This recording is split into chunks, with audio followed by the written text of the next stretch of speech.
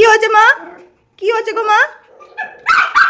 তাই তো তাই তো তাই তো রাই খুব রেগে গেছে, দেখো দাঁত মুখ ভেঙছে, বুবুর সাথে ঝগড়া করছে।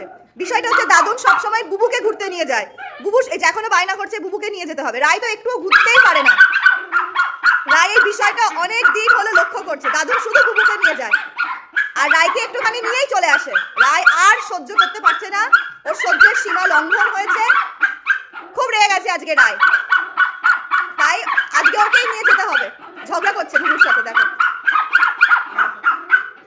বুবু কিন্তু ঝগড়া করছে না, বুবু দাদুনকে বলছে নিয়ে চলো, আর রায় বুবুকে বলছে মেরে ফাটিয়ে দেবো আজকে, আজকে দাদুনের কাছে আসলে মেরে ফাটিয়ে দেবো তোকে, রায় ওইটা বলছে। আজকে রায় দাদুনের কোলে ঘুরতে যাবে সারাক্ষণ, আজকে বুবুর কোনো জায়গা হবে না। রায়কে প্রতিদিন বাবা নিয়ে তো যাই না, নিয়ে গেলে একটুখানি নিয়ে গিয়েই চলে আসে, আর বুবু ঘন্টার পর ঘন্টা বাইরে থাকে, তা কেন?